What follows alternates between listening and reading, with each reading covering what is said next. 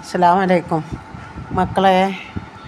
ഇന്ന് നോമ്പ് ആദ്യത്തെ 10 എത്ര പെട്ടെന്നാണ് നോമ്പ് കഴിഞ്ഞ് പോണ്. ക്ഷീണമൊന്നുമില്ല, അങ്ങനെ വെയിലിൻ്റെ ചൂടാച്ചിട്ട് ക്ഷീണമൊന്നുമില്ല. ഇന്നിപ്പോൾ ഞാൻ വേറെ ഒന്നും ഉണ്ടാക്കിയില്ല, കുറച്ച് എണ്ണക്കടി ഉണ്ടാക്കി.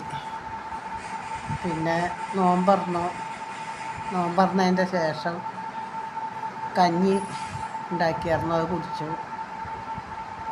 പിന്നെ കഞ്ഞിൻ്റെയാണ് അത് കാരണം ക്ഷീണമില്ല. പിന്നെ വേറൊന്നും ഉണ്ടാക്കിയില്ല.